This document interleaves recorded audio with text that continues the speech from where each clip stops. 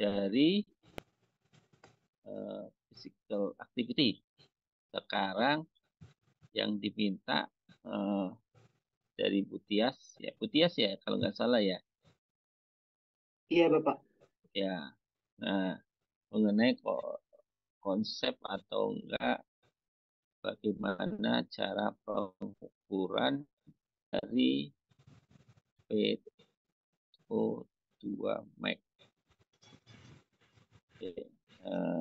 Di mana Panjang Senua diharapkan bisa mampu menjelaskan, memahami dari physical training terhadap efeknya dari PO2 max, terus kemudian menjelaskan prinsip-prinsip pelatihannya, terus kemudian cara melatih mengenai beban, sampai reversibilitas dan spasisitasnya. Terus kemudian sama seperti yang lain mungkin kalau ini yang satunya P2 Max, terus satu lagi nanti mungkin sudah dijelaskan mengenai apa namanya Pak Andri itu mengenai latihan, mengenai keseimbangan, terus kemudian apa ya yang endurance, terus kemudian mengenai latihan, mengenai daya latihan yang lain, terutama untuk fisiologi dari latihan. Itu ya. Nah, hari ini kita akan membahas mengenai PO2 max. Nah, oh ya, sebelum mulai udah pernah dapat blog yang lain nggak dari misalnya dari teman sejawat, misalnya dari Pak Andre atau Pak Jafar? Sudah pernah, Pak. Sudah pernah, maksudnya bukan PO2 max kan ya? Kemarin sudah SL beberapa, Pak. Iya, ngerti maksudnya. Nggak membahas secara spesifik mengenai konsep teoritis mengenai dari efek dari PO2 max. Misalnya di sana cuma mengenai performance sama strengthening doang kan ya? Iya, Pak. Iya. Sama Bu Ais itu belajar tentang ngukur VO2 max, Oh gitu. IMT, zona Oh latihan. gitu. Oke. Berarti saya cuma Ya. mengulang doang dong. Nah, Pak Ais lebih jago timbang saya ya. Dia AIPO pick lagi. Dia udah ngelotok itu masalahnya. Ikut khususnya timbang saya. Saya hanya fisiologi olahraga saja. Oke, nggak apa. Yang penting kita bisa bertemu, bisa silaturahmi untuk acara pada hari ini. Oke, teman-teman, apa namanya? Kita kan akan membahas PO2 max, PO2 max. Nah, itu tidak terlepas dari fisiologi. Nah, fisiologi itu adalah ilmu yang mempelajari secara langsung dari sistem kehidupan kita. Fisiologi manusia adalah ilmu yang mengurusi mengenai mekanisme fisik, biokimia, agar supaya fungsi manusia itu sehat dan organ-organnya dan sel-selnya juga sehat. Nah, dari turunan dari itu ada namanya fisiologi latihan. Itu rumahnya blok ini.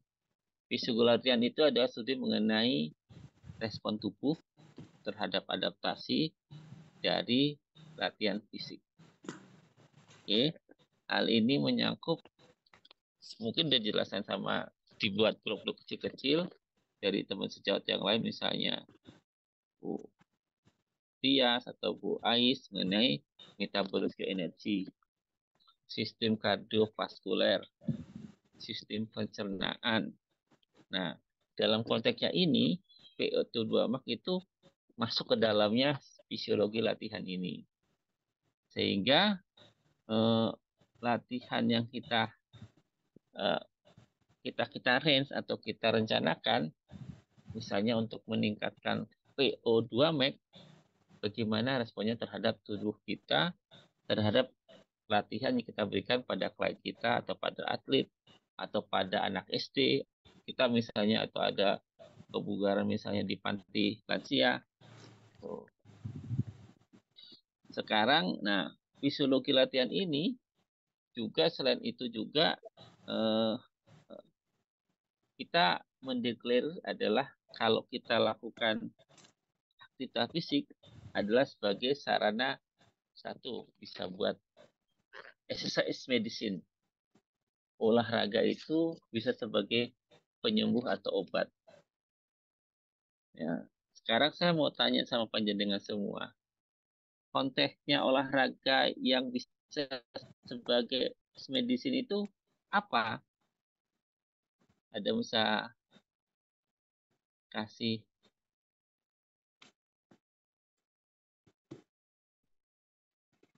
enggak? Jadi olahraga itu sebagai obat. Boleh? Nggak apa-apa. Kita diskusi aja.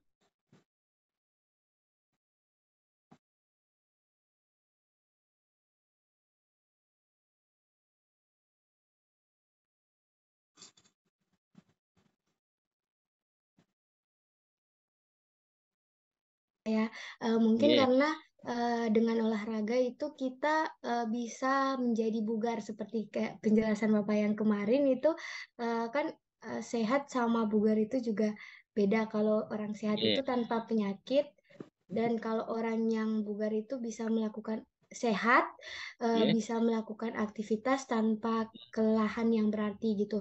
Jadi orang yang sehat itu belum tentu bugar, dan bugar itu belum tentu sehat. Jadi kayak dengan olahraga itu kita bisa menjadi bugar. Jadi mungkin itu juga sebab dikatakan karena olahraga sebagai obat gitu, Pak. Betul, excellent. Keren. Ada lagi? Saya kan ada lagi yang bisa kasih pendapat. Nanti saya rangkum itu semua.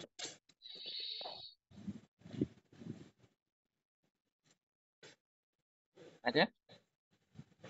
Saya bebas dulu di sini, nggak menilai. Jadi saya tuh sebenarnya saya juga belajar sama Pak Jenot semua apa yang bisa jenengan berikan atau utarakan. Saya juga mencatat ini. Ada?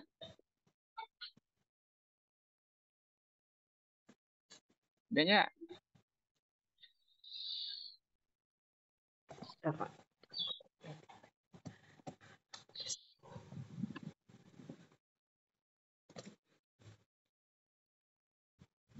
Ada? Boleh? Nggak ada? Oke, jadi gini, exercise medicine. Fisioterapi udah mendeklar itu.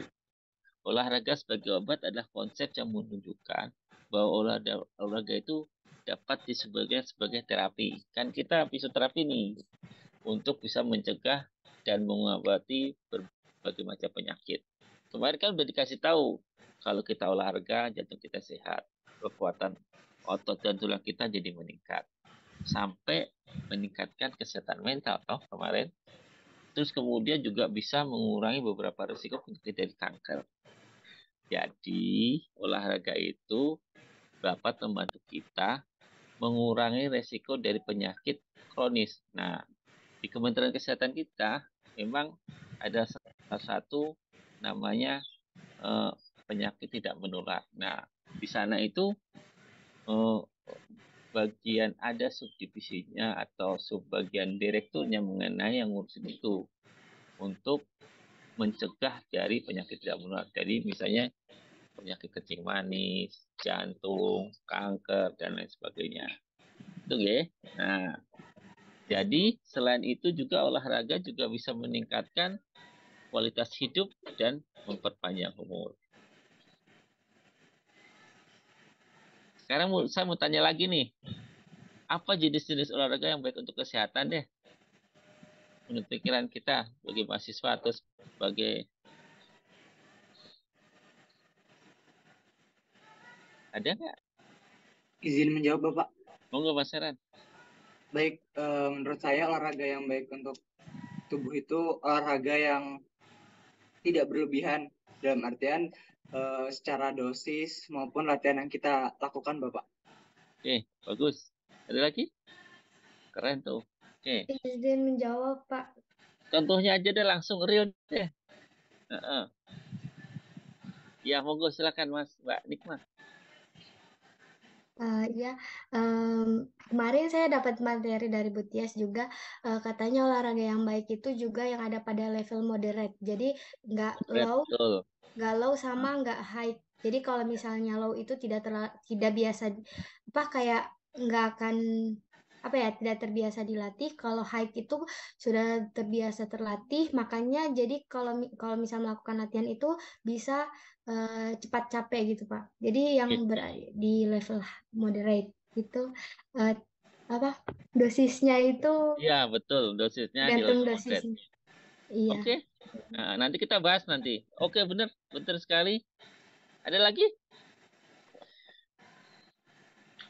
Jadi levelnya moderate, tidak terlalu ringan dan tidak terlalu berat. Oke, ada nggak contohnya deh? Gampangnya. Kayak skipping. Boleh, skipping boleh dengan waktu tertentu dan kecepatan tertentu moderate. Terus naik turun tangga mungkin Pak. Oh iya, step. Oke. Nanti saya sampaikan beberapa tes kebugaran mungkin teman-teman masih bisa digunakan dan mungkin juga bisa untuk sebagai next untuk judul skripsinya untuk penelitiannya. Oke. Kalau yang konsen mau fisioterapi olahraga lo ya. Dan simpelnya banyak, misalnya mahasiswa tingkat akhir, mahasiswa di teman-teman di Unisa. Jadi di sana yang IPO tuh misalnya Bu Ais.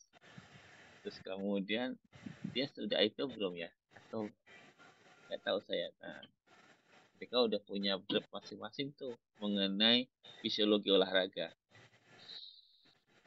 Keren banget dan fit lagi. Jadi untuk kebugaran dan mengenai wellness. Ada lagi?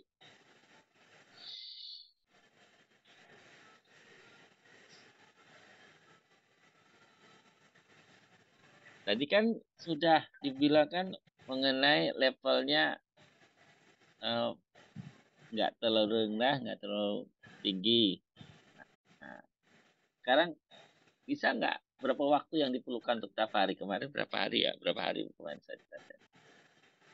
Setiap harinya untuk olahraga, untuk menjaga kesehatan.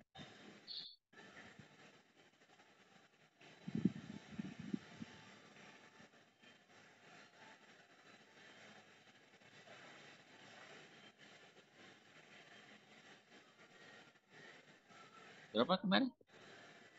Masih di menurut Mbak Nikmat.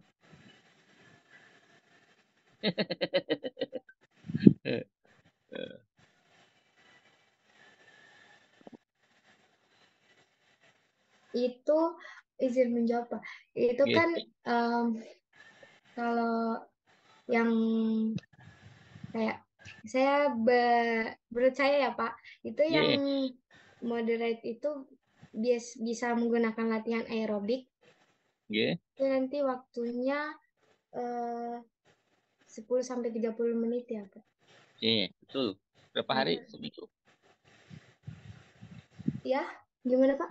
Berapa hari dalam seminggu? 2-3 hari atau 3-4 hari? Kurang gitu Mbak. Oh, kurang. Jadi kalau seminggu itu minimal itu 5 hari. Targetnya untuk moderate tadi nggak 10 menit, malah 30 menit. Ya, minimal segitu. Oke, tapi mesti rutin ya. Dalam satu pekan itu ada jeda waktunya 2 hari. Oke, jadi saya mau menekankan lagi, kalau fisiologi olahraga, fisiologi pelatihan itu kan kita untuk mempelajari mengenai adaptasi latihan fisik, terus kemudian VO2 max sebagai ukur untuk, sekarang gini, VO2 max itu apa sih? Nah, gampang deh. Ayo, dan apa tuh? Oh iya, oke. Apa? VO2 max itu ketersediaan oksigen saat beraktivitas. Oke, betul. Ada lagi? Yang gampang, yang menurut pikiran kita aja.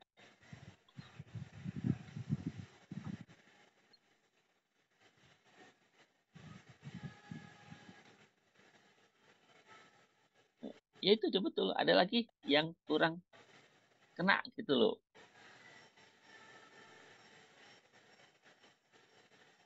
Ada? Izin menjawab, Pak. Emang gue silakan. Siapa nih? Saya nggak lihat nih. VO2 Oh, max Mbak Anggita monggo. Silakan, Mbak. Ya. Gimana kita menghitung berapa oksigen yang kita perlukan saat kita melakukan exercise, Pak. Jadi kira-kira butuh berapa oksigen yang masuk ke dalam tubuh gitu, Pak. Oke, betul. Nah, itu udah menit. Sekarang satuannya apa? VO2 max.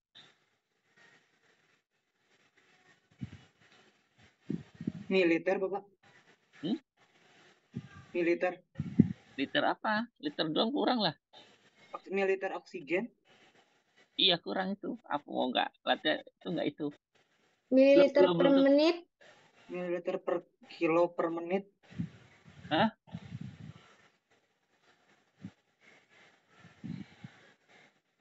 Mililiter per menit, Pak.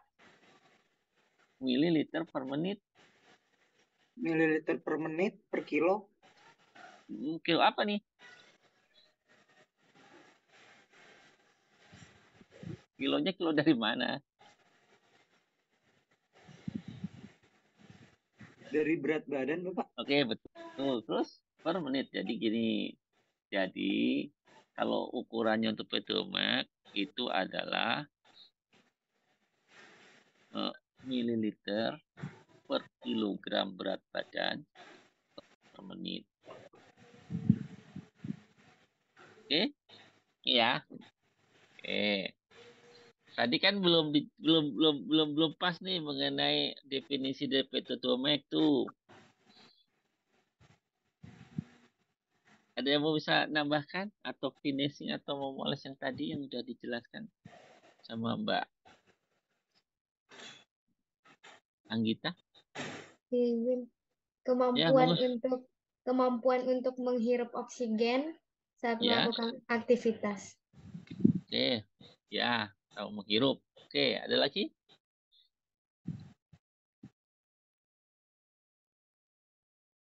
Izin Bapak. Ya, oke, Mas Heran, monggo. Tingkat maksimum oksigen yang dapat digunakan tubuh selama melakukan olahraga atau aktivitas, Bapak. Oh, betul. Ya, begitu. Jadi gini ya. Jadi benar. Jadi VO2 max itu adalah jumlah maksimum oksigen yang kita butuhkan atau kita manfaatkan oleh individu selama latihan dari yang terinsen ataupun maksimal. Sekarang kalau caranya untuk meningkatkan VO2 max itu gimana kira-kira? Gambaran kita. Latihannya apa aja deh?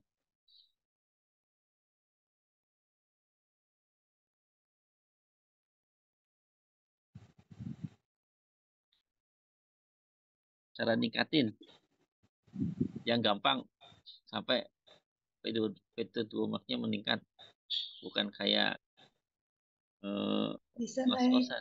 Izin Bapak. Salah satu dulu. Monggo Mbak Amelia dulu, Mas Ranta dulu Mas. Ini Mas, Mbak Amelia monggo. Ya, monggo Mas, Mbak Amelia. Bisa dengan cara naik turun tangga. Oke, benar. Naik turun tangga bisa. Maksudnya itu latihan apa naik turun tangga ya? Jenis latihannya.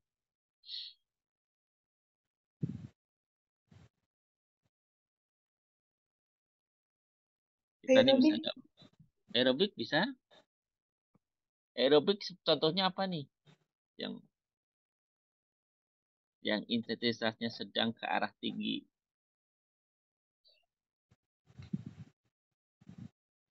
Izin menjawab. Monggo, jelaskan. Untuk melatih VO2 max itu bisa dengan fartlek. Apa? Fartlek. Tulisannya spelling Kartek. Fartlek. Starplek. Oke, ya. Fartlek. FARTLEK. Ya, Starplek. Ya, oke. Sini Itu agak. apa namanya? Itu caranya itu lari lambat, kemudian divariasikan dengan sprint pendek. Oke, betul. Oke, Starplek. Oke, ya. Terus yang bisa dengan interval training, Oke, betul. Internal training. Ya. sama sirkuit training, Iya, betul. sama Itu lari contohnya. 2,4 kilometer, Ya, itu kalau sama misalnya. bib test atau shuttle run, Oke, saturan. Dites betul. sama Oke. tes jalan lari Tapi 15 gini, menit. sebentar dulu. Itu semua apa dengan saya udah pernah ngerti atau pernah lihat atau pernah dengar cara tesnya itu? Eh, Kemarin baru masuk kelas teori sama Bu Ais, Pak. Nah, Tapi oke. baru teorinya saja, belum praktikumnya. Oke, nanti berarti saya boleh dong minta caranya kamu melakukan tes kebugaran itu. Kan biar terpapar. Aduh, bisa dong. Ya kan? Eh, Bisa ya? Oke, berarti gini. eh Nanti saya tentukan. Ini kalau satu kelas itu berapa kelompok ya yang kena SL ke saya ya? Ada 6 Bapak, berarti Ada jumlahnya ada 6. 12. Ya, ada dua Ada belas. dua Soalnya belas. kan Berarti ada kelas A sama kelas B. kelas A, kelas B jadi 24 kelompok. Enggak, 12 12 kelas kelompok, jadinya, Bapak. Pak. 12 kelas. Oke. Ya, Nanti saya bikin beberapa eh, minta buatkan cara screening kebugaran atau tes P2 Nah, kamu nanti bikin narasinya sama eh, cara pelaksanaannya. Misalnya, gimana sih tadi cara dynamic test untuk balance misalnya. Terus kemudian tadi gimana sih cara ngelakukan circuit trading? Nah, kasih narasi nih, circuit trading adalah ini. Latihannya menggunakan dengan misal alat atau tidak pakai alat. Misalnya gitu. Tadi bilang ada interval trading. Apa sih interval trading? Ini. Gitu. Nah, terus kemudian kalau bisa dibuat videonya. Gitu. Bisa paham? paham, Pak. Berarti itu Nah, dijadikan tugas praktikumnya ya, Pak? iya. Cuma satu Baik, aja satu kelompok ini nggak usah banyak-banyak baik, ya. Pak. Nanti misalnya latih 2,4 kilometer apa sih tujuannya? Jadi pertama tesnya itu apa, manfaatnya apa, dikerjakan di periode operasinya apa aja. Paham ya? Paham, Pak. Paham. Bapak, berarti Begini. kalau tes lari 2,4 kilo, ntar videonya lari 2,4 kilo gitu, Pak? Ya lari tapi nggak sampai 24 kilo. Oh, Kalau gitu, kalau di siap-siap. yang jelas gini, ada definisi operasional. Misalnya, saya ya, panjenengan lari dari sini ada kon dari sini sampai sana. Kon tahu ya, kon itu tempat yang Tahu, Pak, kayak tahu. yang kayak piramid yang kayak kerucut itu lari dari sini ke sana misalnya. Terus kemudian lari di sana sampai dengan menggunakan dengan stopwatch, stetoskop lagi. Nah, terus kemudian lari sejauh mungkin, secepat mungkin, semaksimal mungkin, bisa juga diselingi dengan jalan santai. Nah, diukur mengenai kecepatannya, misalnya kayak gitu. Bisa paham? Paham, Pak. Nah, sekarang yang masalahnya tes PT2 Max nih. Eh, di kampus ada nggak ya? Saya nggak lihat sih. Jadi ada monitor, ada static vesicle, terus ada yang buat masukkan ke mulut tuh yang konsumsinya untuk oksigennya. Nggak usah dikerjain, cuman dikasih foto atau caranya aja, nanti jelaskan sama teman yang lain.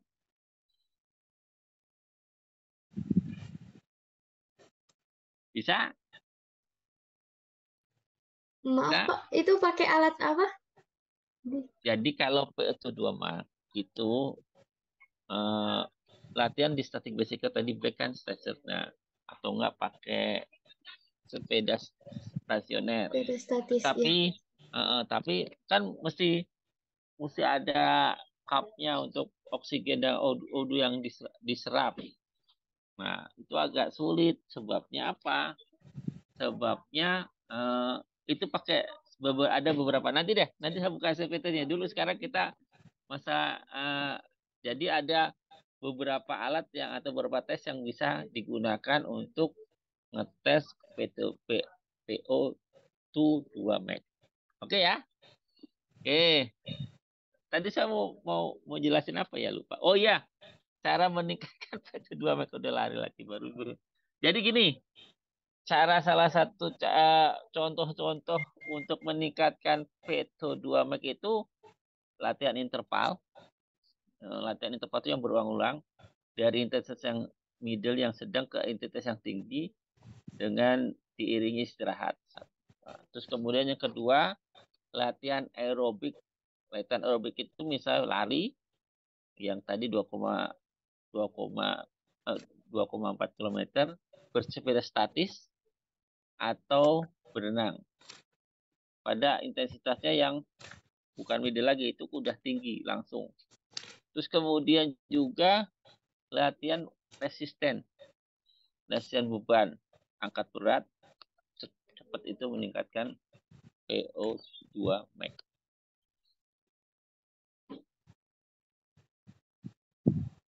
Nah, tadi kan saya menggambarkan bagaimana sih cara ngukur kita PO2 Max kan.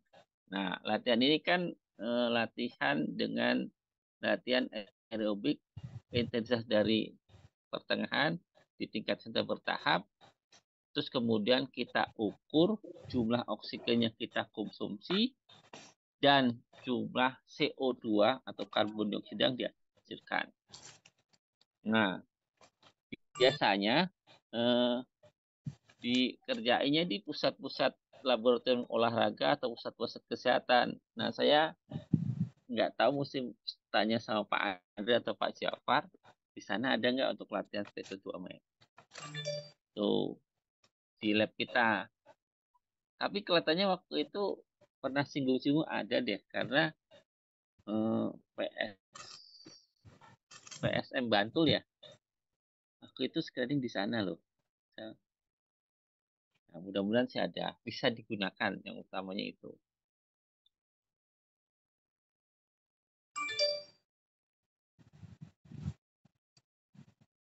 Ada pertanyaan dari sini?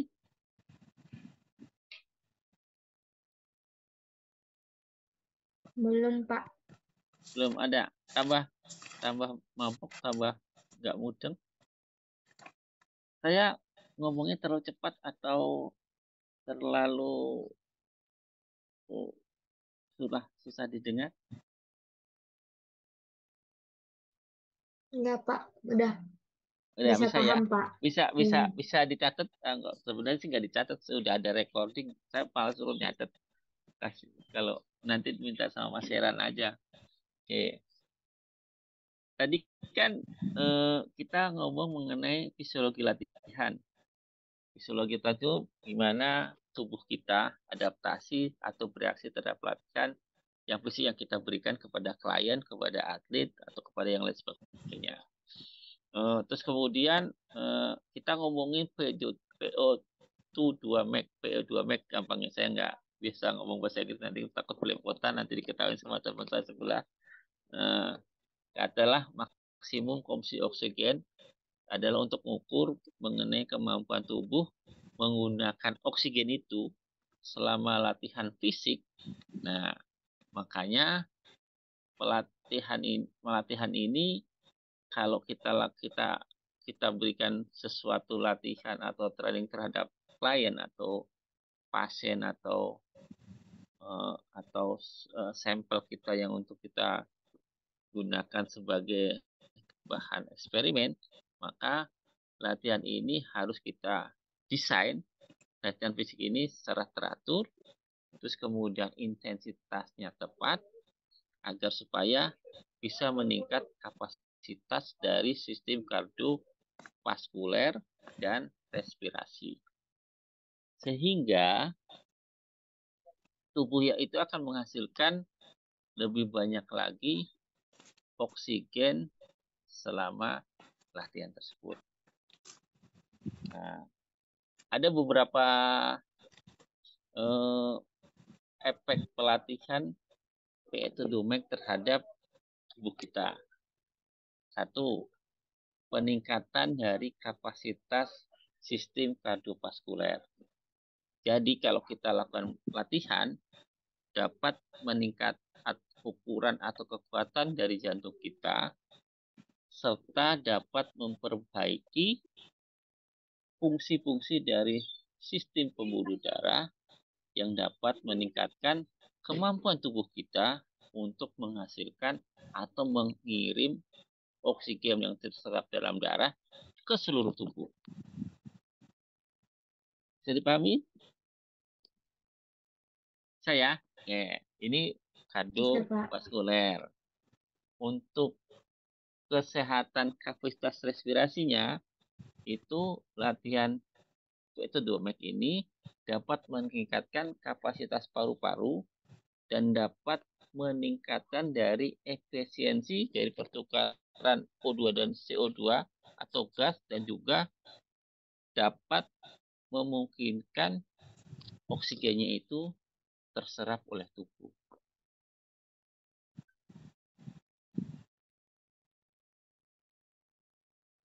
Sudah pernah dengar mitokondria? Sudah, Pak. Apa tuh?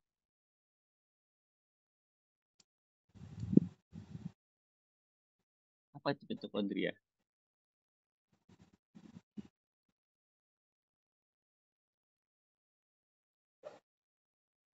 Mitokondria itu fungsinya buat penghasil energi. Ya, betul. Apa mitokondria? Mitokondria itu ada di selnya, apa? Di organel sel. Iya, benar. Apa itu organ sel memang? Apa itu?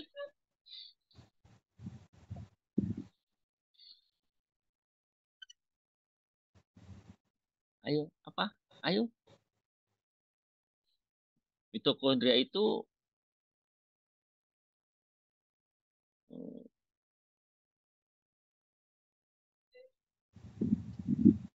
tempat buat respirasi sel. Ya, bisa.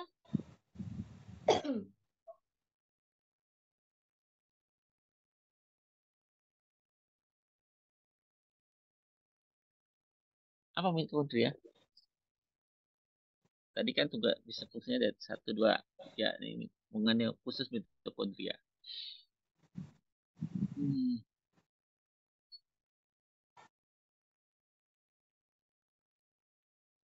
Jadi dalam sel itu ada mitokondria.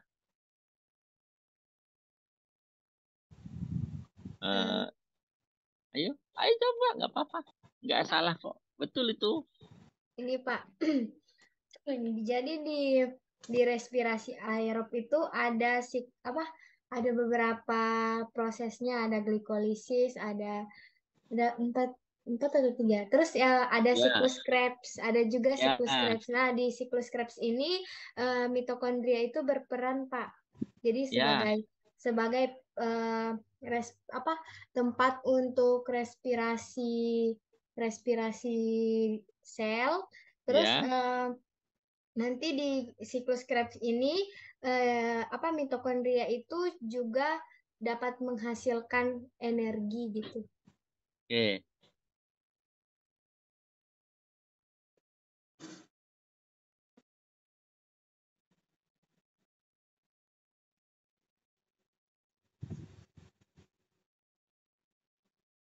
Ya, benar itu. Wah, benar. Boleh ada lagi?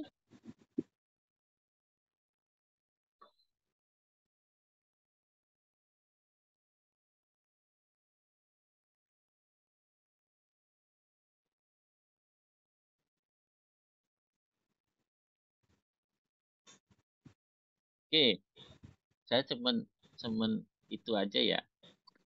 Apa namanya? Mematangkan aja. Ya, oke ya. Cuman jadi itu tadi sudah betul. Mitokondria itu adalah eh, sel yang ada di dalam tubuh kita.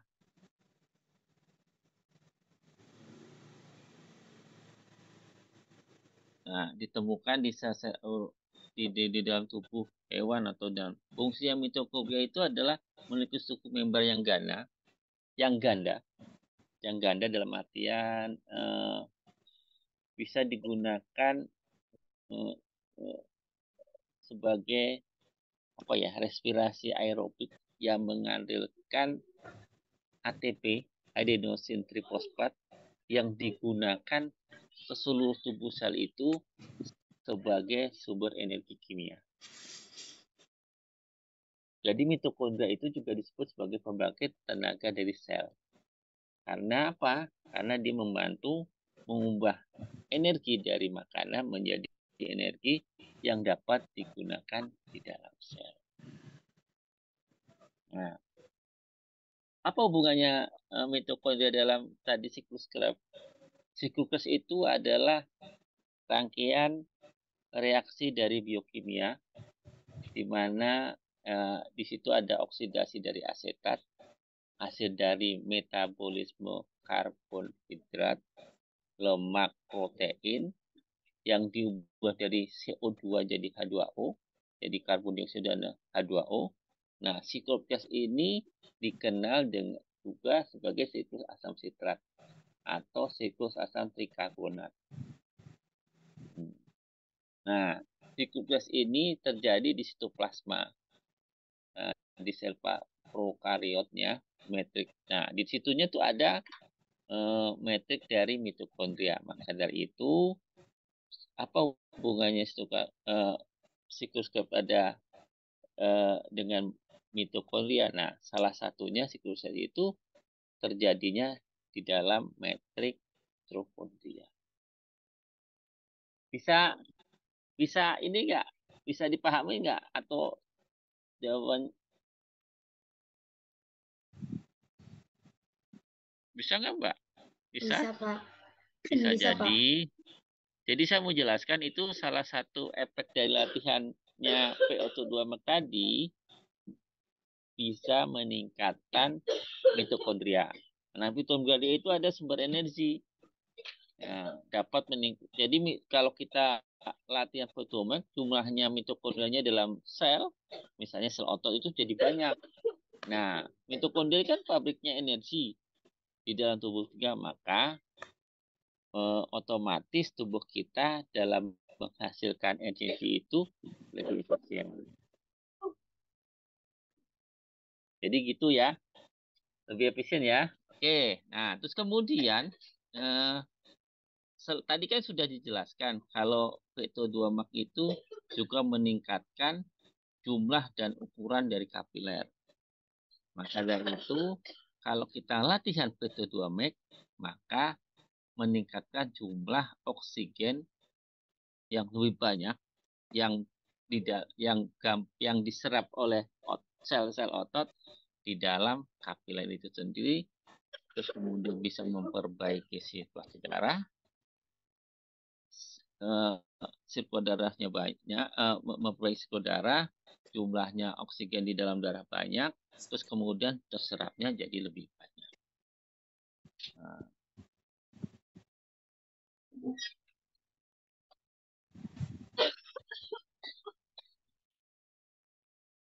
Oke, ada lagi pertanyaan?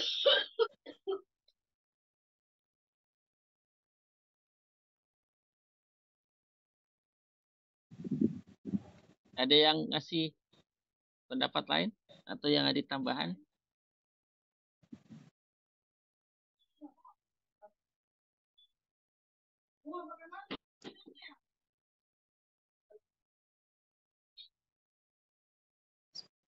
Ada?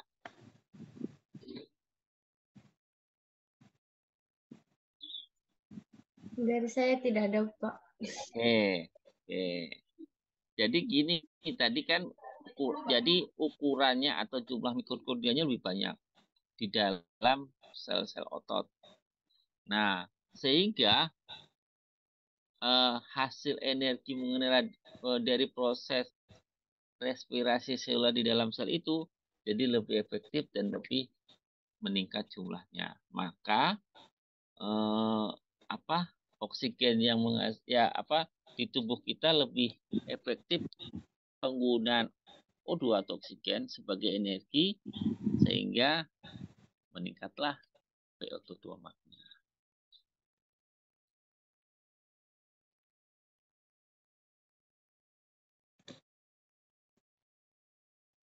Oke, ada.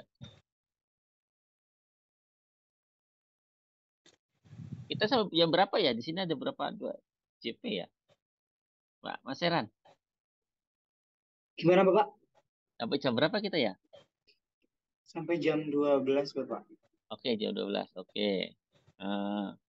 Tadi kan kita ngomongin mengenai PO2 max. Sekarang ada nggak sih batasan-batasan tertentu yang kita harus jadi dalam tanda kutip kita harus perhatikan kalau untuk kita melakukan scaling PO2 max ataupun pengukuran PO2 max.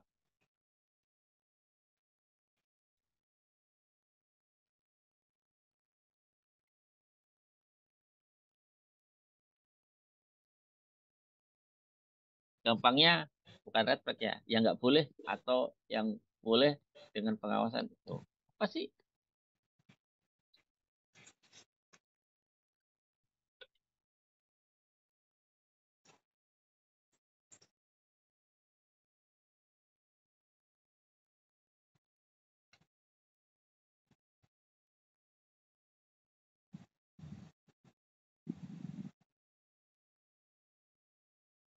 Apa? Izin jawab, Pak. Enggak, Mbak nih. Mungkin untuk orang yang ada gangguan kardiopulmonal ataupun kardiovaskuler, Pak, mungkin latihannya itu tidak bisa terlalu berat. Ya, Itu jadi oke. disesuaikan dengan Ya, karena dia punya gangguan kardio. ya, betul. Ya,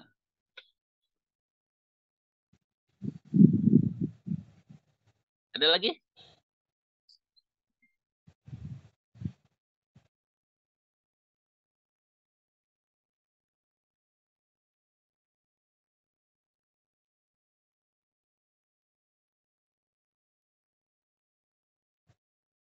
Izin menjawab, Pak. Ya, Mbak Salbilah Eh, ya. Mungkin bisa juga berat badan, Pak. Jadi ada kan seseorang yang berat badannya melebihi kapasitas. Nah, Oke, gitu. itu mungkin itu mungkin dosisnya lebih dikurangi, Pak. Ya, ya, ya, betul. Ada lagi?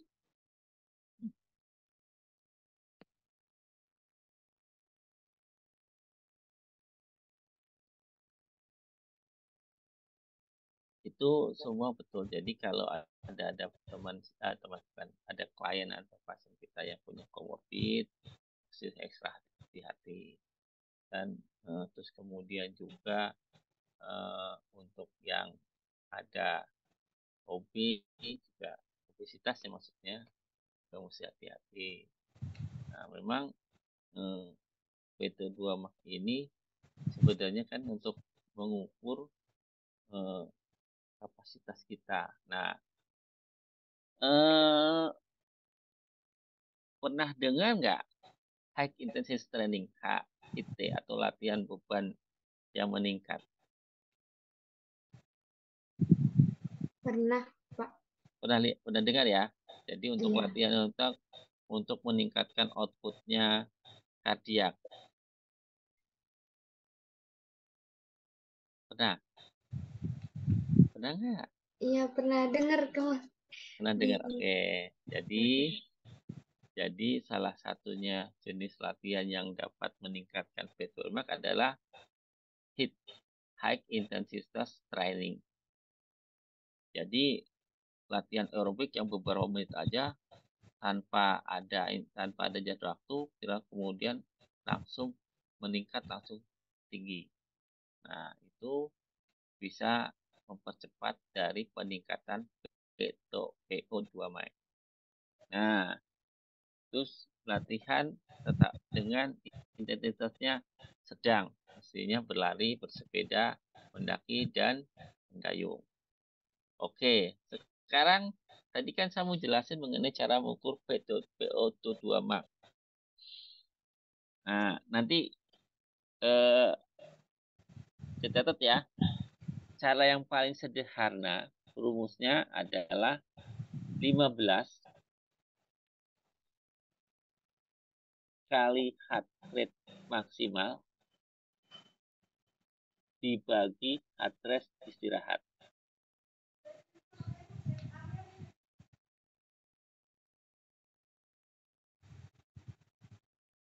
Nah, kalau saya ada jam kayak gini, saya bisa monitor langsung VO2 max. Karena tinggal kita aplikasinya lihat, kita lakukan training misalnya langsung ketahuan. Nah, kalau yang lebih tadi saya mau tanyakan, misalnya dengan menggunakan tadi sepeda statis, terus kemudian pakai masker, pakai cup atau pakai tutup hidung untuk oksigen sama itunya, terus kemudian disuruh monitor jantung, bisa lari di treadmill, bisa bersepeda statis. Nah, di situ nanti ada layar monitornya atau dengan computerized-nya bisa ketahuan target heart rate-nya, bisa terukur. Nah,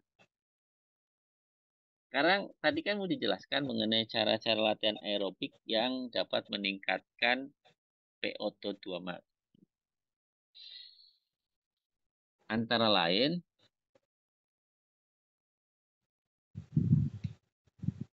berjalan, jogging, lari, berenang, bersepeda, bukan statis maksudnya bersepeda, kan sekarang lagi giat-giatnya tuh sepedaan, aerobik, main bulu tangkis, aktivitas mendayung, misalnya main sampah dan lain sebagainya. Terus juga beberapa contoh misalnya tenis, sepak bola dan sebagainya.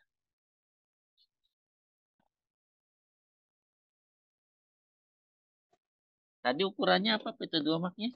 Kalau tadi tuh ukurannya apa tadi? Mililiter per kilogram per menit. Itu satuannya. Iya, betul. Jadi mililiter oksigen per kilogram berat badan per menit.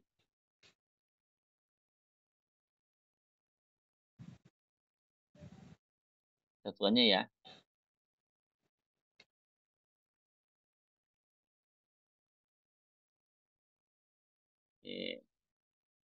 Ini sudah pemahamannya udah menyeluruh belum? Sudah dapat menangkap nggak?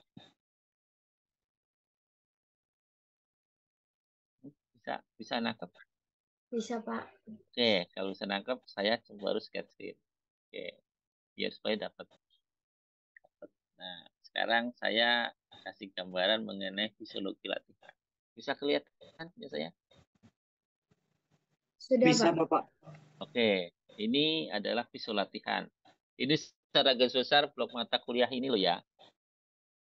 Saya cuma sebagian VO2 max. Oke, paham ya? Oke, nah yang mau dijelaskan mengenai fisiologi latihan mesti sudah dijelaskan sama teman sejawat kok nggak bisa jalan. Ini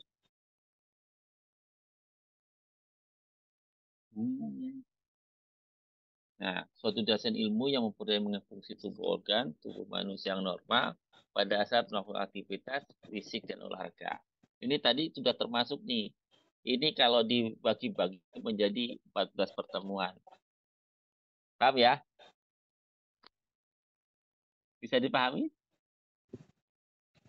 Bisa, Oke ya. Pak. Oke, jadi 14 pertemuan. Nah, yang dijelaskan di sini sama teman-teman yang lain itu mengenai fungsi dari kinerja dari seluruh komponen ini tadi. Ini udah dijelaskan sama teman sejawat yang lain ya. Oke ya, kita lanjut. Ini adalah reaksi pembentukan energi. Satu anaerob, satu lagi aerob. Nah, kenapa kita mesti belajar mengenai reaksi energi energi ini aerob dan aerob? Nah, ini makanya kita melakukan tes atau melakukan suatu training kita yang dituju apa? Aerob atau anaerob. Nah, penekanannya adalah apa? Yang kita gunakan untuk energi yang kita gunakan aerob ada di glukosa dan glikogen. Nah, kalau aerob itu biasanya kita latihan tuh pertama kali antara 10 sampai 20 menit latihan. Di mana energi yang tersedia kita langsung kita gunakan sebagai energi untuk latihan. Nah, kadang-kadang kalau kita latihan itu lebih banyak, maka ada apa ya namanya energi sisa atau materi sisa misalnya asam laktat yang itu menyebabkan kalau kita lakukan exercise dan aerobik dan anaerob maka sering pegel misalnya gitu. Nah biasanya anaerob itu energi yang telah tersedia langsung kita gunakan. Jangkanya cepat, pendek, dan pas. Kalau aerobik kita bisa stay bisa lama karena cuma energi yang kita gunakan itu kita gunakan sedikit demi sedikit. Sekarang lu tanya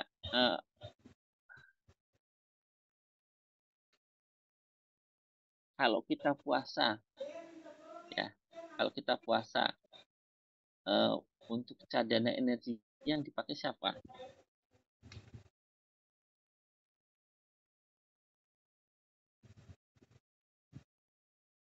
Pak, bisa diulangin pertanyaannya?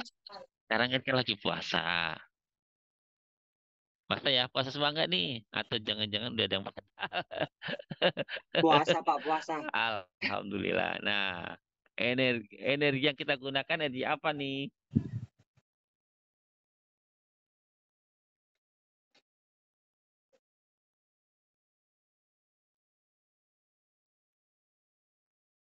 Ada bisa kasih saran, ada bisa kasih pendapat, saran lagi pendapat.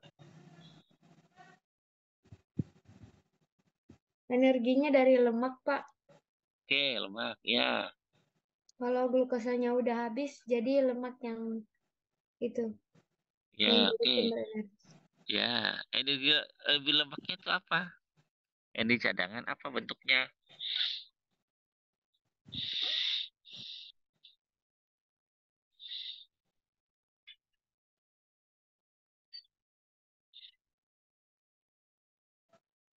Bisa benar, bisa puasa itu bisa ngambil energi dari lemak. Mekanismenya gimana?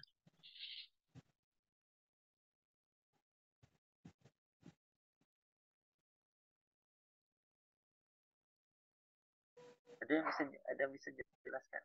Ada yang sudah dengar dari Pak Ustadz atau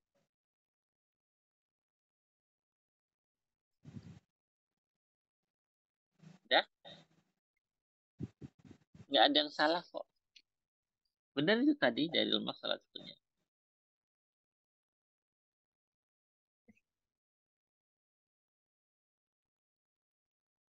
Ini jadi melebar ke puasa nih karena jadi ingat puasa sih. Bukan ingat makan lo ya, ingat puasa lo ini. Oke, ada lagi kasih saran? Ada, kasih pendapat? Izin menjawab, Pak. Monggo silakan Mbak Octavia. Tadi tuh Mbak Nikma kan menyebutkan apa? Lemak. Tadi iya lemak. Oh, dipakai lemak yang di lemak. Itu, kan energi tubuh itu kan masih memiliki cadangan energi yaitu untuk lemak. Nah, lemak itu tuh berasal dari karbohidrat lalu yang disimpan dalam bentuk glikogen. Ya, excellent, betul. Ya, keren tuh. Terus apa lagi? Kalau glikogen atau itu habis gimana, Pi?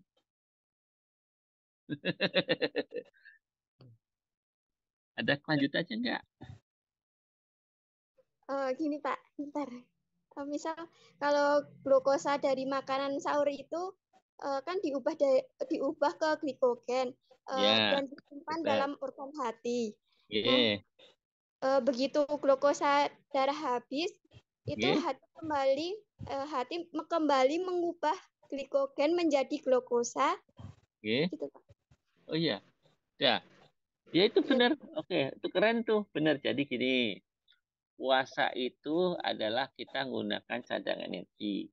Dalam mekanisme tubuh kita, maka kan selama puasa kita nggak dapat asupan makanan nih. Jadi dari Mbak Octavia tadi bilang kan menggunakan cadangan energi yang berupa glukosa. Glukosa itu biasanya disimpan di hati katanya, di otot dalam bentuk glikogen.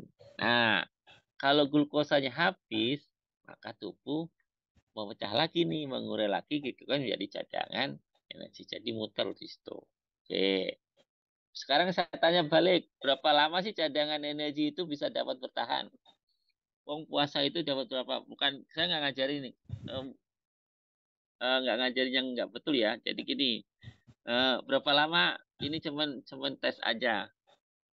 Berapa lama cadangan energi bisa bertahan? Izin menjawab, Pak. Mungkin kurang lebih 14 jam mulai dari setelah sahur sampai berbuka. Kurang tepat. Jadi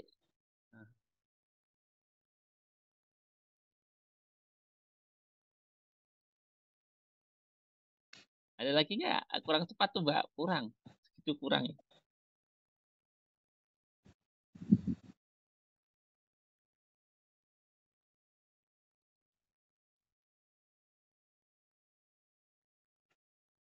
Begitu itu puasanya Nabi Muhammad itu. Kira-kira segitu.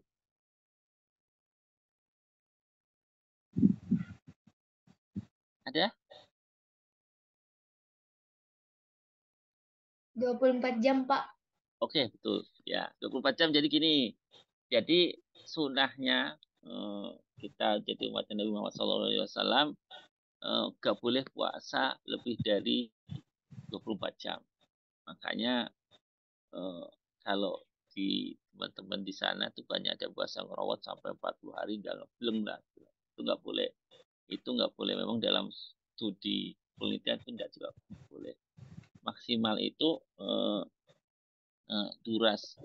durasi dari cadang ini selama bulan puasa itu memang maksimal glukosa dalam darah itu 24 jam pertama.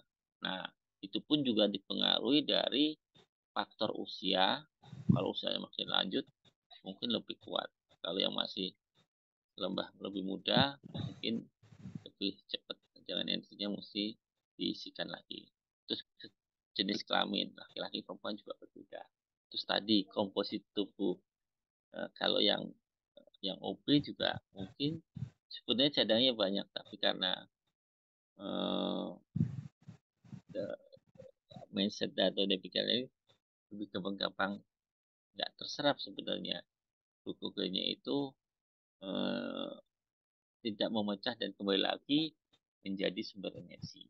Nah, pada umumnya glikogen itu kan memang tersimpan tadi dijelaskan di hati, di otot kerangka sebagai energi dalam proses glikogenolysis, kalau nggak salah. Glikogenolysis pada saat kita berpuasa. Nah, sebagian besar perannya itu maksimal selama 24 jam pada saat puasa pertama-sama. Setelah itu sih memang adaptasi bisa meningkatkan. Tapi itu yang nggak disunahkan sama Rasul. Nah, kita nggak boleh, makanya dari Rasul tuh mengakhiri sahur, mempercepat proses dari buka puasa. Nggak boleh nunda, sunahnya itu. Nah, terus kemudian katanya kalau yang berpuasa itu yang manis-manis. Sebenarnya nggak cocok juga. Nggak yang manis-manis, yang memang sebenarnya yang glukosa yang bisa dipecah dari itu dari yang manis-manis. Ya, sebenarnya tubuh kita masih ada cadangan berupa tadi lemak, protein yang suatu saat bisa kita ubah sebagai energi. Bisa dipahami, Mbak? Bisa di itu? Bisa, Pak. Oke. Tadi sampai mana ya? Tadi saya udah selesai, matikan lagi sih. Oke. Nah, ini tadi kan sampai sini ya mengenai asam laktat yang tidak terserap menyebabkan pegel-pegel, rasa berat dan sesak tadi yang kalau tidak terserap sebagai energi yang dibuang sebagian pada proses glikogen tadi yang dioksidasi sebagian dibuang, disekresikan atau dibuang lah, disekresi sebagian lagi masih dalam cadangan tubuh kita atau nggak terserap. Nah, selanjutnya nah ini tadi kan sudah jelaskan asam laktat bisa diubah menjadi glukogen sebagai energi dalam rangka melakukan tindakan exercise dengan cara memperlancar sirkulasi darah. Nah, ini adalah zona recovery kalau kita melakukan aktivitas fisik. Nah, recovery fisik itu sebenarnya ada dua, recovery pasif dan aktif. Makanya kalau kita melakukan suatu tindakan latihan atau training, mesti ada satu warming up, latihan inti, ataupun cooling down. Cooling down ini kita bisa dua, recovery secara pasif dan aktif. Bisa dipahami? Bisa, Pak. Bisa ya? Oke. Terus kemudian lamanya, tadi kan lama glukosa habis pada saat intensitas latihan. Nah, umumnya intensitas yang berat glukosanya akan habis pada menit ke-15 sampai 30 dengan intensitas sedang dan kita latihannya terus-menerus tanpa jeda waktu. Nah, oke. Jadi, kalau kita lakukan olahraga aerobik, nah, merupakan aktivitas fisik yang kita lakukan secara terus-menerus selama jangka waktunya 15 sampai 30 menit tanpa jeda waktu dari yang sedang sampai yang berat. Itu namanya latihan untuk meningkatkan fleksibilitas. Oke?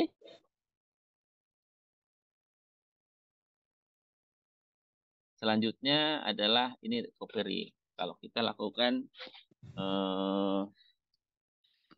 suatu latihan yang ekstrim atau yang latihan yang kita lakukan misalnya kalau yang kita nggak menjelaskan mengenai recovery pasif ya, itu kan sudah biasa misalnya kontak bat, masak, sauna. Nah, salah satunya ini adalah untuk recovery aktif dengan cara kalau kita melakukan tindakan cooling down, salah satunya dengan berenang, ada unsur rekreasinya, terus jogging ringan, itu juga makanya kalau kita lakukan olahraga jangan langsung mandek, diam. Mesti ada jalan-jalan sedikit sampai supaya heart rate-nya turun, jangan sampai dari yang sudah tinggi langsung kita turunkan, itu yang tidak baik. Oke, bisa dipahami? Bisa, Pak. Ya, ini sistem udah biasa. Ini sambut otot yang pasti sama slow sit juga udah biasa. Oke ya. Nanti boleh bertanya lo ya. Kalau misalnya ini kan ada ini kan masih teorinya satu blok mata kuliah fisiologi olahraga. Nah, neuromuskuler juga mungkin sudah dijelaskan. Terus kemudian, ini physical fitness, kebugaran jasmani. Adalah kemampuan seorang yang melakukan sehari-hari dengan mudah tanpa ada rasa lelah yang berlebihan dan masih mempunyai cadangan energi atau tenaga untuk menikmati waktu senggangnya dan untuk melakukan kegiatan yang mendatangkan.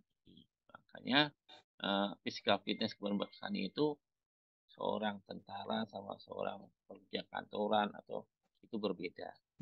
Terus kemudian seorang dosen atau sama seorang atlet juga berbeda. Mau semakin tinggi derajat kebugaran jasmani seseorang, semakin tinggi juga kemampuannya untuk melakukan pekerjaan fisik. Nah, komponen untuk kesegaran jasmani itu satu, daya tahan jantung dan paru, daya tahan otot, fleksibilitas otot. Nah, ini semua kalau komponen jasmani ini bisa kita lakukan pemeriksaan. Keseimbangan, daya ledak otot, kecepatan reaksi, kelincahan, koordinasi, kekuatan otot, dan komposisi tubuh. Nah, komponen kesegaran jasmani ini bisa kita lakukan, kita pilah, kita bagi-bagi untuk misalnya untuk melakukan komponen jasmani untuk penelitian kita, misalnya mengenai kelincahan atau daya ledak atlet sepak bola Unisa misalnya, atau enggak fleksibilitas dari ibu-ibu pebantik. Terus kemudian mengecek daya tahan otot dari pemain sepak bola di SMP, sekolah sepak bola misalnya ada yang di Kabupaten Sleman. Ini adalah komponen-komponen kebugaran jasmani yang bisa kita pilah, yang kita bisa kerjakan, atau yang kita bisa bukan ambil ya, kita bisa lakukan sebagai mengecek ataupun melatih kebugaran jasmani.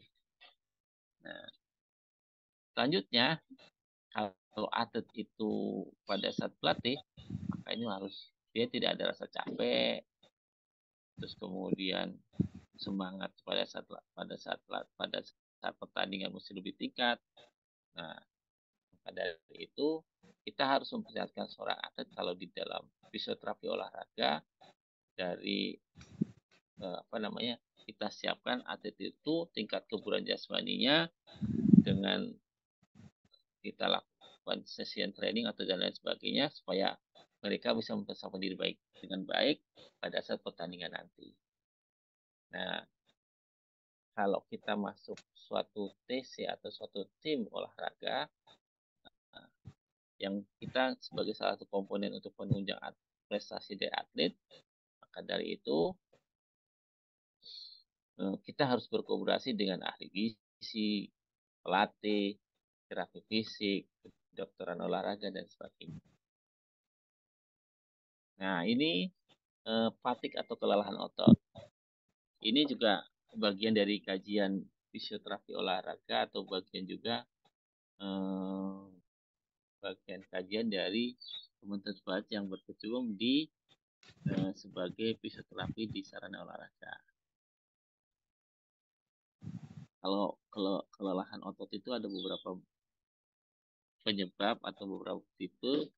Fatigue karena kelelahan pikiran, fatigue karena kelelahan pikiran, jadi kita belum bekerja itu kalau pikiran udah capek ya udah capek beneran.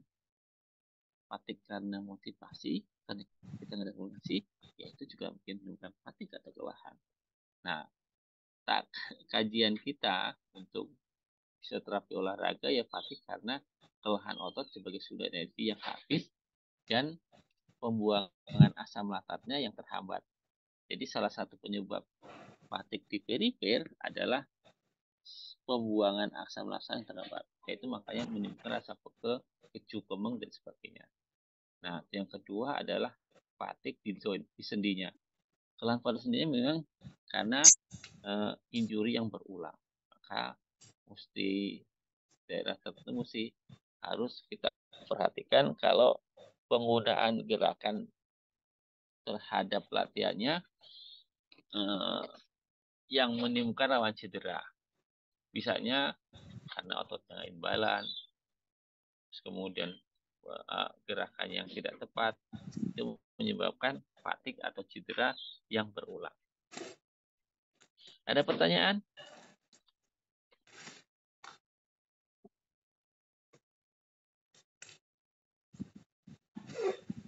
Ada enggak? Ada? Lanjut ya. Ini masih. Saya sebenarnya ada beberapa slide yang ini baru, mestinya ini baru permulaan dari tadi yang kita omongin tadi. Ini adalah source muscle. Nah, ini banyak teman-teman kakak kelas yang meneliti mengenai muscle source atau source muscle. Biasanya terjadi karena efeknya nggak pernah olahraga kita olahraganya ikutan, terus kemudian biasanya nggak melakukan kegiatan yang ekstrim, melakukan ekstrim. Source muscle adalah sepegal di seluruh tubuh karena orang tidak terlatih dan mendadak melakukan aktivitas fisik dengan beban kerja yang berat. Biasanya efek source muscle ini terjadi muncul 12 jam sampai 24 jam setelah melakukan aktivitas tersebut.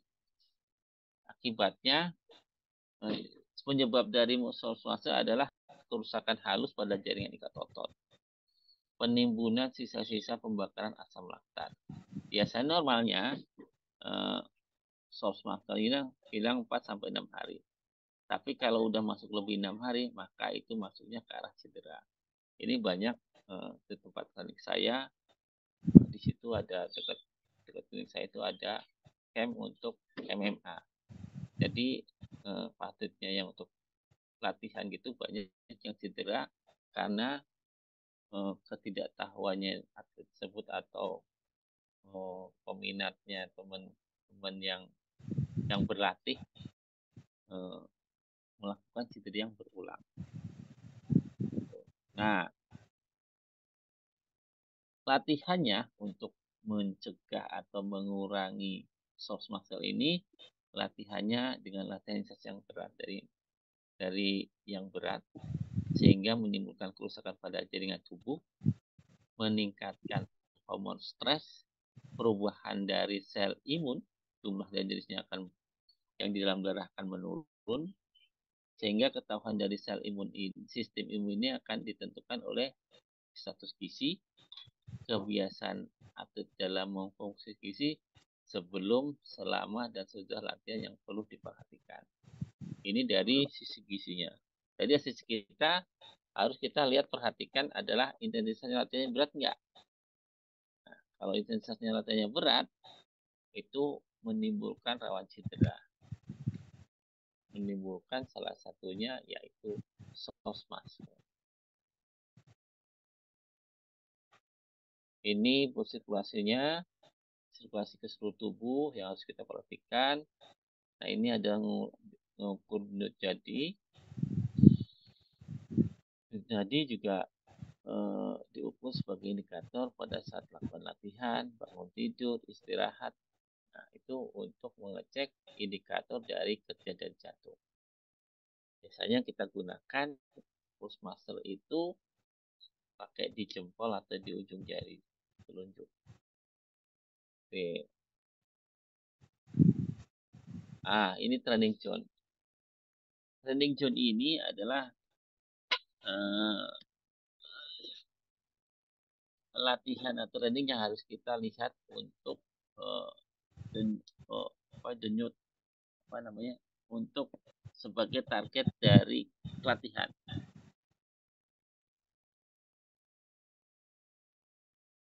Training zone ini ada rumus kira-kira yang kita harus targetkan 60% dari 70% dari denyut nadi maksimal. Denyut nadi maksimal itu kita ukur dari 220 dikurangin umur itu dapatnya berapa derajat maksimal dikalikan antara 60% sampai 70%. Itu adalah target heart rate atau target training zone. Nah, sekarang tadi kan ini ada salah satu V2 max yang kita jelaskan. Jadi satuannya VO2 max maksimal ada mililiter oksigen kali kilogram berat badan kali per menit. Seorang yang memiliki VO2 max yang tinggi, maka daya tahan tubuhnya lebih baik dibandingkan dengan VO2 max yang rendah. VO2 max itu apa? Adalah oksigen yang kita ambil, yang diambil satuannya liter, oksigen jumlahnya oksigen dalam liter per menit yang kita hirup di dalam udara. VO2 ini dapat ditingkatkan maksimal sampai umur sekitar 20 tahun. Setelah itu cenderung menurun. Peningkatan maksimal bisa ditingkatkan dari lebih kurang sekitar 20% dari tingkat VO2 max awal. Tapi pada atlet-atlet tertentu bisa lebih tinggi dari 20% karena dia sudah terlatih. Nah, cara mengukurnya ini ada. Nah, ini tolong dicatat ya. Nanti pilih salah satu. Ini ada 1, 2, 3, 4, 5, 6, 7, 8, 9, 10, 11. Tiap kelompok nanti kalau ketemu saya satu. Ini ada Ergocell Astrat. Dengan sepeda ini, Ergocell. Tadi lari 22,4 km. Ini namanya Cooper Test. Lari 12 menit. Jarak tempuhnya berapa? Terus lari 5 menit Black Test. Atau enggak Harpas Test. Jadi Harpas Test itu naik turun dingklik. Terus jalan cepat 4,8 kilo. Terus ada Black Test. Ada Black Test. Atau enggak ada lari atau jalan sekira-kira 1,6 km atau tes jalan 6 menit atau tes kesegaran jasmani. Nanti dipilih salah satu, nanti dikumpulkan. Nah, ini adalah respirasi, pertukaran gas antara sel dan lingkungan dengan inspirasi dan ekspirasi buang nafas. Biasanya frekuensinya pada saat istirahat 12 sampai 5 kali per menit. Kalau yang maksimal itu 45 sampai 50 kali per menit. Penggunaannya pengurangan frekuensi nafas dengan spirometer. Ini adalah bagian untuk. Nah, sekarang body composition.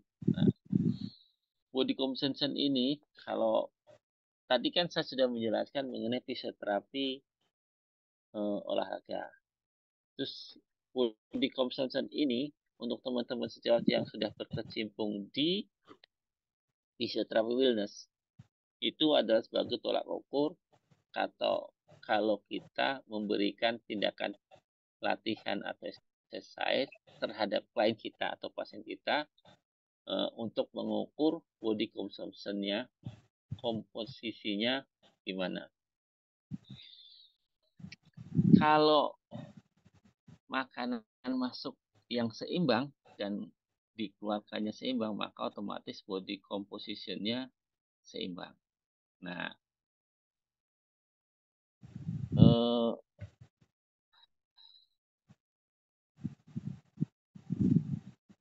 ada beberapa waktu yang lalu saya diberi kasih stop dulu, mungkin saya bisa share-screen dulu, nanti saya download dulu di WA saya.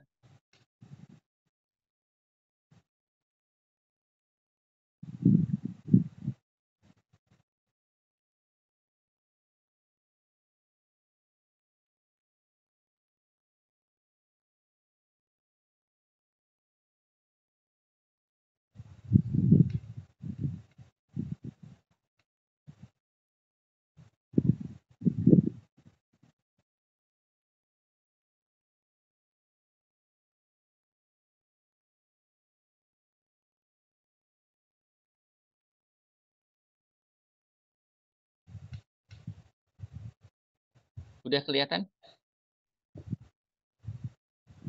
Sudah, Pak. Oke. Ya, kebetulan ada teman sejawat yang kerja di Kardia Physiotherapist and Pilates. Nah, dia mengukur in body. Jadi mengukur komposisi tubuh yang komposisi cairan lemak itu di dalam tubuh kita. Nah, ini sebagai alat ukur untuk menentukan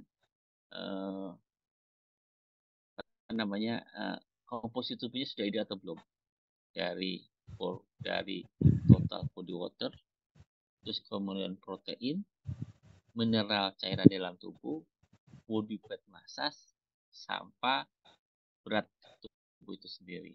Nah, memang kita harus memasukkan beberapa catatan atau data ke dalam, termasuk umur, tinggi badan.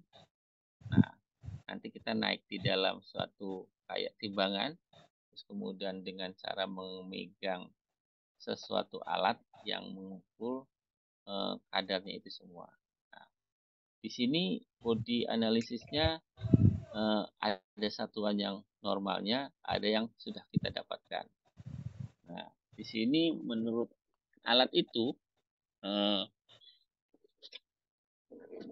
total waternya di dalam tubuh saya itu kira-kira dalam batas normal. Terus kemudian proteinnya itu juga dalam batas normal. Terus kemudian mineral dalam tulang itu juga dalam batas normal. Jadi normalnya 3,3, ini 3,5. Nah, terus kemudian lemak di dalam tubuh itu lebih dari normal. Misalnya di sini satuannya 7,6 sampai 15,3, di sini 19. Ini adalah body mass tubuh, jadi lemak dalam tubuhnya tinggi. Nah, terus kemudian hasilnya berat badan keseluruhan itu yang saya dapat itu dari sesuatu yang sudah saya timbang pada alat itu ada 70,6 kg. Nah, dari sini dia memberikan gambaran, memberikan analisis otot dan lemak, kira-kira weight-nya, berat badan yang ideal itu berapa. Dari tinggi badan saya 170 cm. Menurut dia ini 70,6 dalam batas normal. Terus kemudian skeletal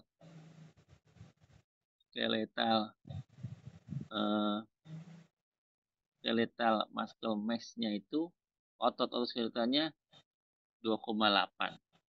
2,8 menurut dia katanya dalam batas normal. Terus kemudian body mass index-nya juga 19,1 juga dalam batas normal. Nah, analisa dari obesitas analisisnya juga dari body index, mass index tubuh itu juga dalam batas normal. Nah, persentase body fat-nya itu juga dalam batas normal. Dari segmen analisis semua antara perbedaan sistem lemak dan keseimbangannya, kiri dan kanannya bisa terlihat. Nah, dari sini dia misalnya mendadak klien datang pertama kali diperiksa, dapatnya misalnya 7,6, terus skeletal muscle-nya, terus kemudian FB-nya kira-kira 27,0. Nah, dia tiap rutin kira-kira tiap 2 minggu sekali atau seminggu sekali dilakukan latihan exercise di situ, gimana hasilnya. Ini sebagai monitor atau dari body composition yang histori yang. Nah, di sini juga ada rekomendasi yang dari hasil mesin tersebut. Nah, targetnya misalnya saya dari 70 kg, mestinya targetnya kira-kira diturunkan menjadi 60,3 kg.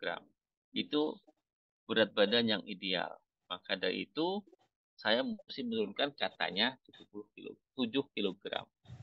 Nah, lemaknya juga mesti dikurangi 9,5 kg. Nah, ototnya itu menurut mesin ini katanya saya kurang, jadi kebanyakan lemak tapi ototnya kurang besar, maka mesti ditingkatkan menjadi 2,5 kg. Maka dari itu nanti kerjasama misalnya buka klinik fisioterapi dan ini tadi exercise tadi, kita mesti banyak minum protein, mineral, dan harus melakukan ekspor. Itu aja mungkin yang ini mengenai tadi body image. Ada pertanyaan?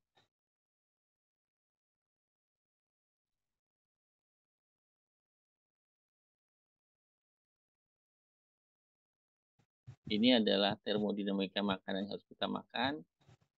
Kita harus perhatikan mengenai tadi bahasa metabolic rate, specific dynamic action, dan rutinitas yang kita lakukan untuk menjaga proses makanan yang masuk dan keluar. Kalau misalnya kita lihat keseimbangannya, kita harus lihat kalori yang masuk dan keluar. Ini body massa index, berat badan dibagi tinggi badan dikali tinggi badan kuadrat. Ini nilai tadi indeks IMT. Kalau yang normal 18 sampai 25, tadi saya 24. Terus ini prinsip yang mempunyai berat badan yang tinggi, turunkan lemak dengan latihan, targetnya 1 sampai 2 kg per minggu dengan cara meningkatkan aktivitas fisik, pengaturan gizi, jangan sampai terganggu cairan dalam tubuh. Ini kalau kita nafsu makan, kita harus perhatikan nafsu makannya kira-kira 2.000 sampai 5.000 kilokalori. Kalau perlu kita boleh makan tambah suplemen. Terus kemudian ini nggak penting, pengosoran lambung. Terima kasih. Dari saya itu aja. Ada pertanyaan? Masih ada lagi beberapa loh yang saya mesti lihat lagi.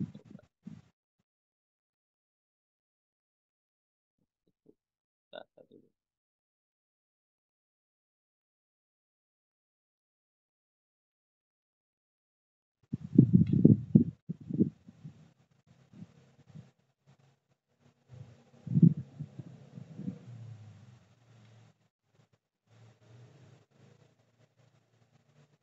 Ini cara ngukur perturba lemak. Udah kelihatan ya? Sudah, Pak. Nah, Sudah, Bapak. Ya, ini P2 adalah kapasitas maksimal oksigen dalam. Nah, ini caranya kalau kita konsumsi oksigen gimana cara ngambilnya dengan kapasitas aerobik atau merupakan kapasitas maksimal tubuh orang untuk dan memanfaatkan oksigen selama kita olahraga. Hal ini menunjukkan betapa sistem pernapasan dan kardiovaskular yang berperan besar. Nah, ini adalah P2 kadar maksimal oksigen yang kita ambil. Nah, kapasitas maksimal konsumsi pengambil oksigen digunakan untuk aktivitas secara maksimal, terutama kita kontraksikan otot secara maksimal. Ini adalah konsumsi oksigennya. Ini ada exercise-nya yang kita intensitas itu ya. Kalau masa tertentu mesti kita meningkat konsumsinya. Nah, pada suatu saat ada titik jenuh, tidak naik tapi malah datar.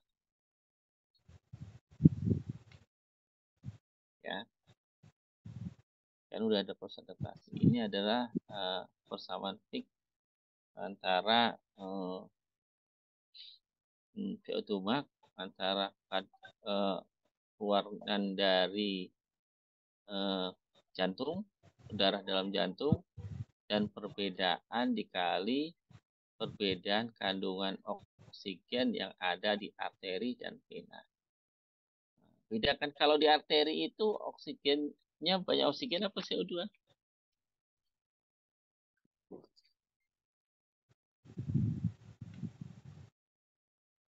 Oksigen, Pak. Oksigen, oke. Di oksigen ya. Perbedaannya, tapi di vena juga ada oksigen.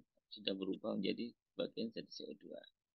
Nah, makin tinggi kita melakukan aktivitas fisik, makanya makin banyak kita membutuhkan oksigen.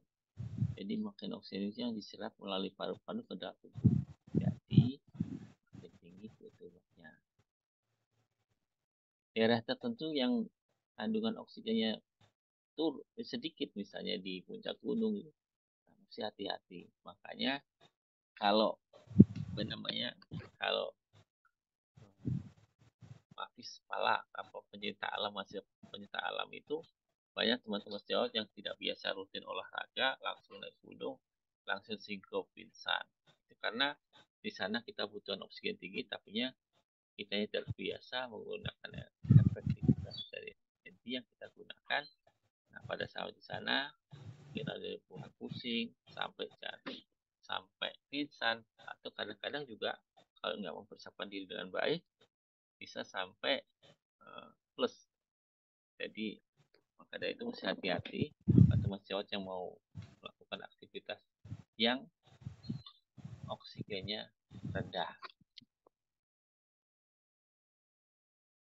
Pengukuran VO2 bisa langsung dan tidak langsung. Ini tadi ya, hari 12 menit, terus kemudian step up, ergo cycle, dan treadmill. Ini kayak gini dengan treadmill. Ini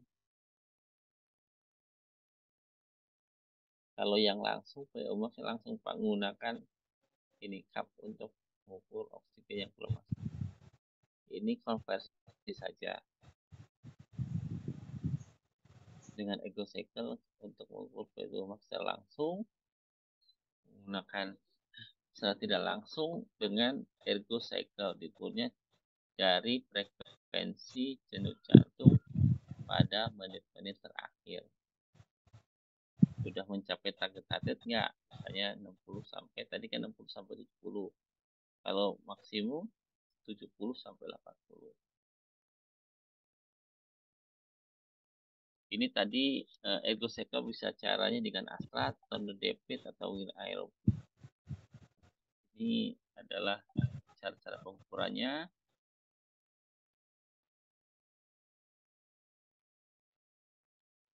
Ini peningkatan bebannya dengan ukuran watt.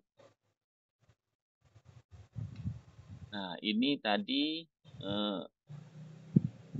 contoh-contoh kalau kita lakukan pemeriksaan VO2 pada pasien yang probandusnya yang kliennya kita yang punya riwayat komorbid atau penyerta, misalnya nyeri jantung, keluhan sakit di paha dan lutut, tulang rusuk misalnya tidak kuat atau sesak nafas. Nah, itu mesti kita hentikan bebannya.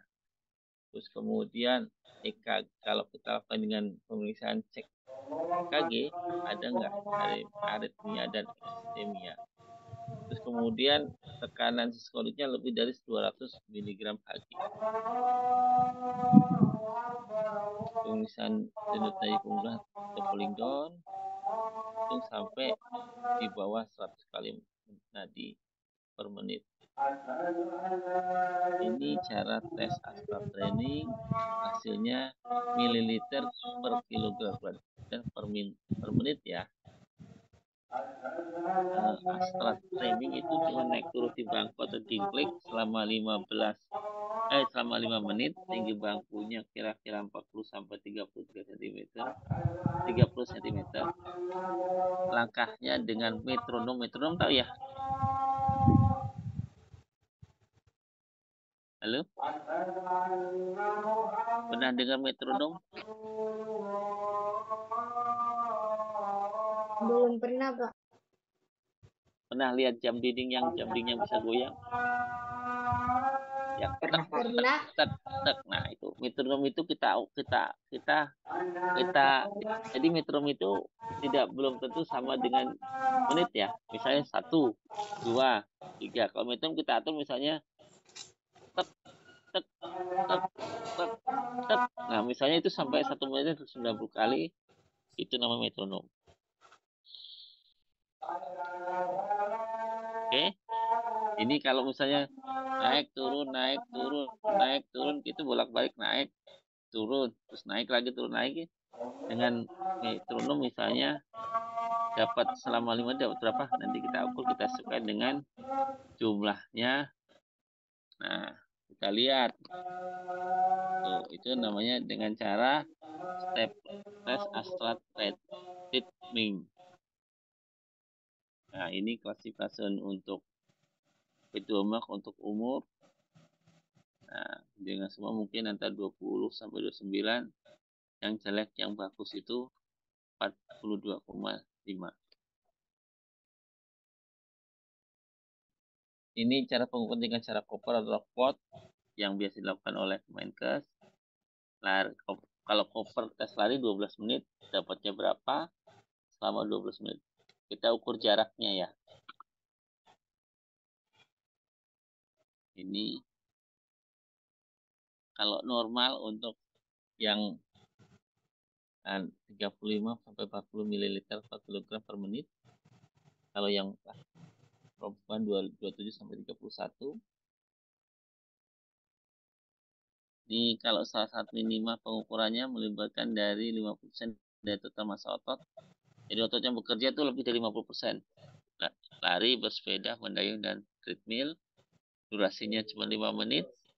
Intensitas submaksimal.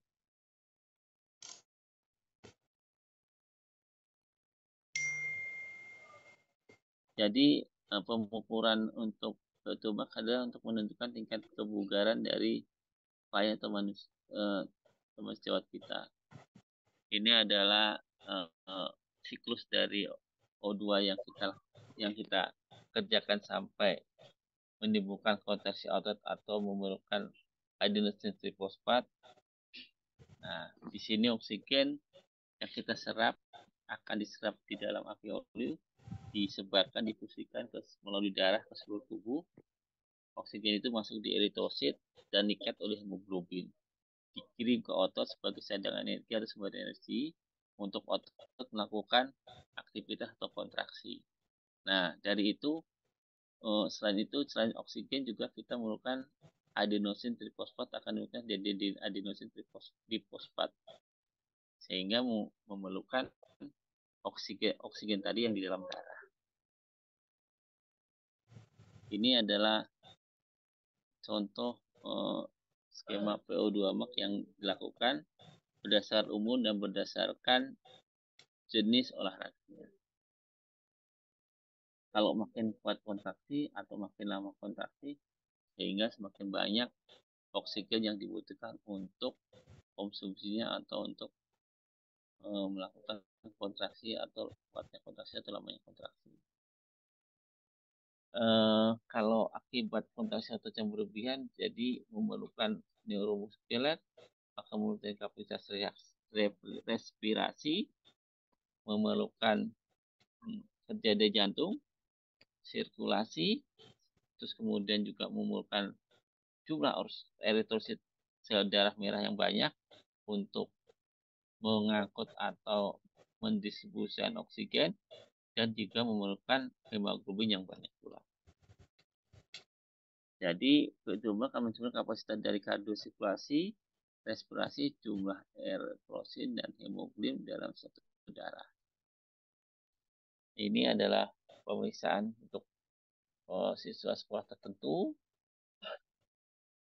Ini pengukuran awal enggak, contoh awal dilakukan enggak. Ini tes fleksibilitas, robot tes. Ini sama, ini skornya W kurang. Untuk dikonversikan, ini standing vote atau ketika jam. Ini ada ketika jam.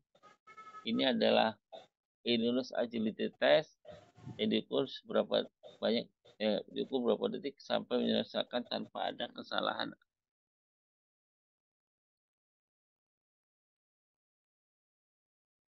Ini hasilnya Illuminus agility. Ini bisa bilang, ini kapasitas parunya kalau kita lihat.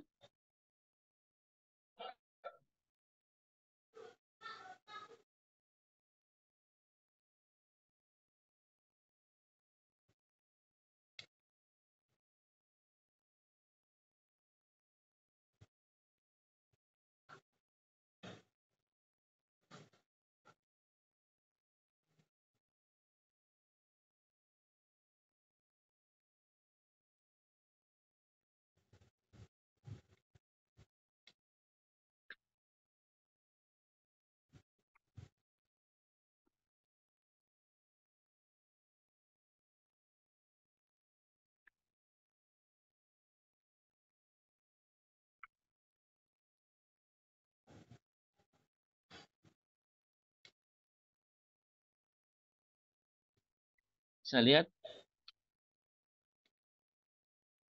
Bisa, Pak.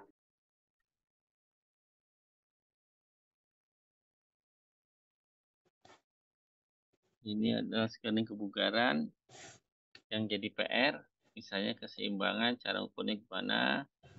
Kemudian dynamic test fungsi esensial, terus endurance, circuit training, weight training, interval training, lari dengan kecepatan, bermain dengan kecepatan lari, speed play and fartlek.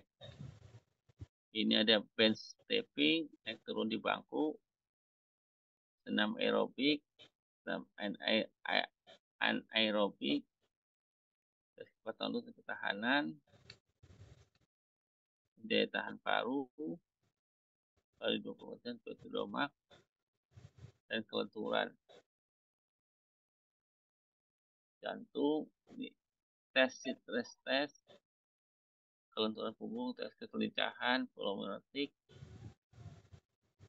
urin.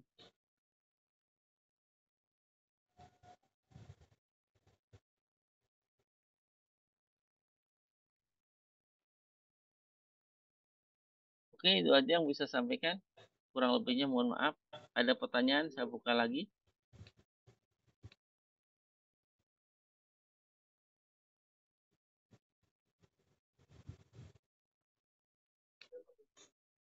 Sepertinya tidak ada, Pak. Tidak ada. Berarti Iya. bisa selesai dong ya? Bosan nggak?